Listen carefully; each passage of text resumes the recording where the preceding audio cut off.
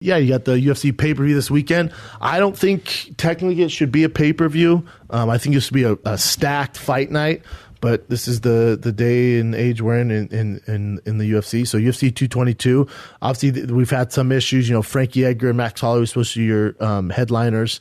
Cyborg took the short notice fight against Yana Kunitskaya, and they can't even put her picture up, which is frustrating.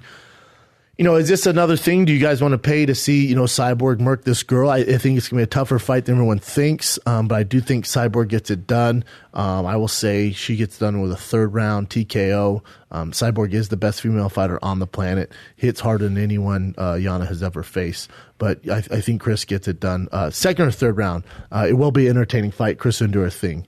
And then you got Frankie Edgar versus Brian Ortega. Mm-hmm. One of the tougher fights called for me. Brian Ortega is a close friend. Frank Edgar, I love. I've known him forever. Did the show with him. Brian Ortega, 13-0, undefeated. Frank Edgar, Hall of Famer, walking legend.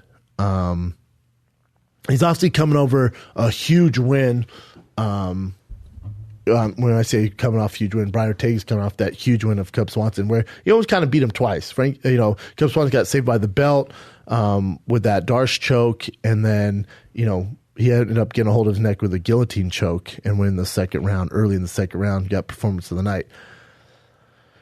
Oh, man. Brian Ortega is a guy who he just finds a way to get it done. He knocked out Clay Guida in the Diego Brandao, the Thiago Tavares fight, the Renato Marciano fight, guillotine choke. If you go back and you look at Brian's fights, he can be a little bit of a slow starter. The Cub Swanson, obviously not. He got a hold of his neck, but he can lose some rounds, and he finds a way to pull it out. When you fight a vet like Frankie Edgar, if you get behind, the chances of you being able to pull something off on a guy of Frankie Edgar's caliber, who's a legend, who's fought some of the very best in the world, and unless your name's Gray Maynard, Ben Henderson, or Jose Aldo, you're not sniffing a win over Frankie Edgar.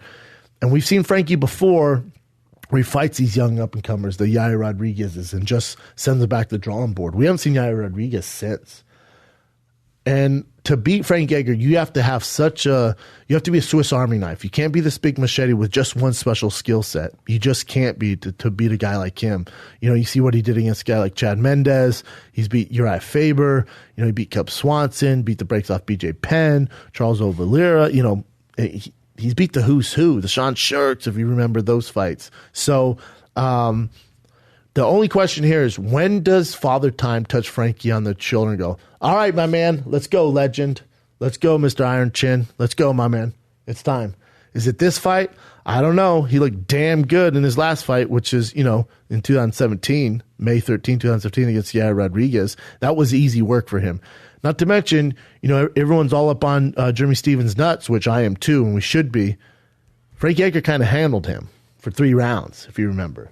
So, that wasn't that long ago. That was 2016. 2017, he fought Yair Rodriguez. Frankie's not that active. He fought once last year. He fought twice 2016. He fought twice 2015. Fought twice 2014. Fought twice 2013. So he's fighting twice a year. So people are, well, he's old. He's fighting less. Not really. That's what Frankie does. He doesn't fight a ton. He fights twice a year, maybe, obviously once last year, and he has a lot going on.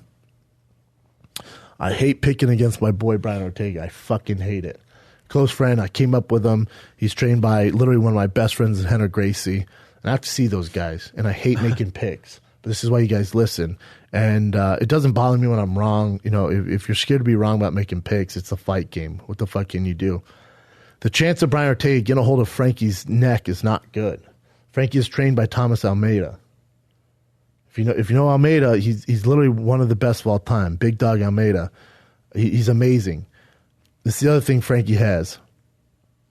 So jiu-jitsu between Almeida and Henry Gracie, we got jiu-jitsu covered. So I'll say they're even there. I think Henry is the best MMA jiu-jitsu coach in the world, but Almeida is just as good. He's been with him forever. And Frankie's a black belt. Brian Ortega's a black belt. Brian's jiu-jitsu is way more dangerous. So Brian has an edge as far as finishing a fight with jiu-jitsu. We know this.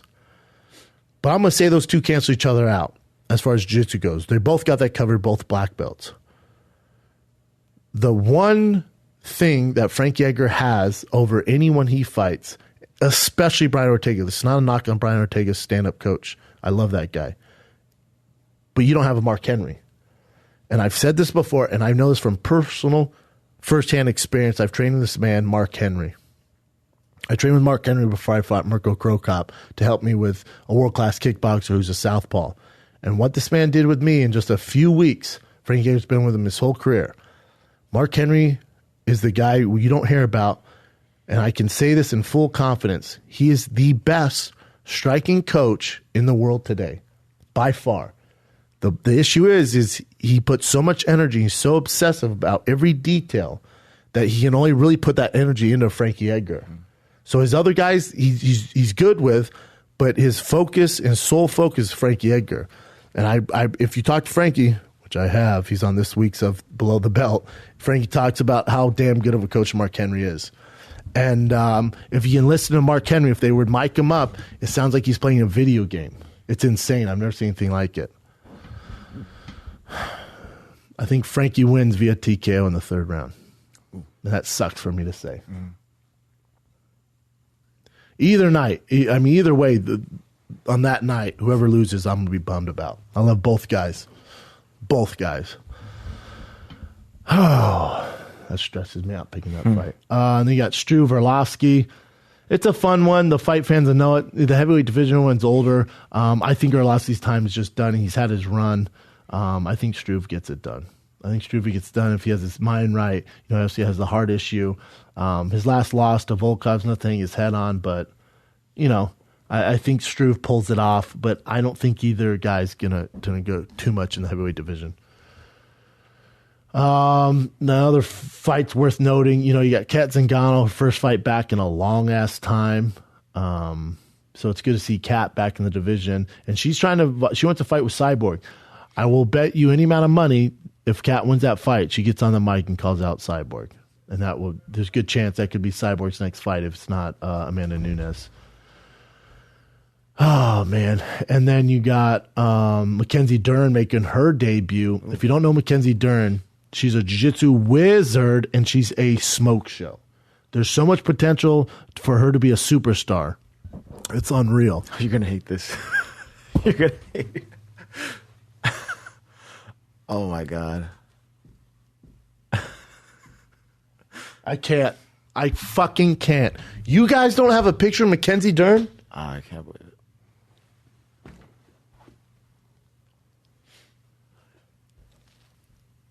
Smoke show, too. She's the hottest girl in the UFC. By far the hottest girl in the UFC now.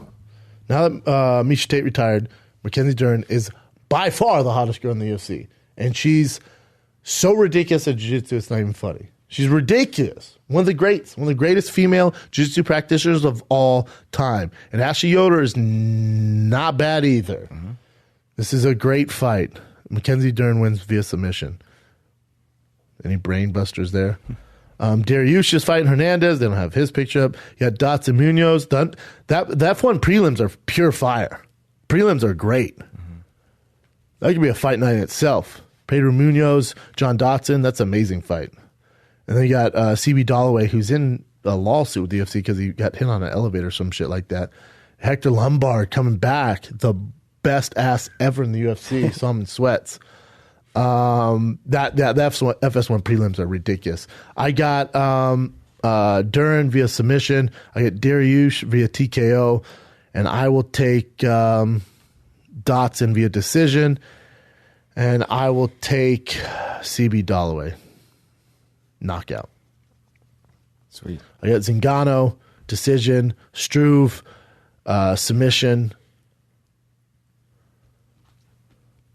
O'Malley, TKO. It's interesting that's on the main card. And Frankie Edgar, TKO, and Cyborg, pure beatdown. But it's a better fight than you guys think.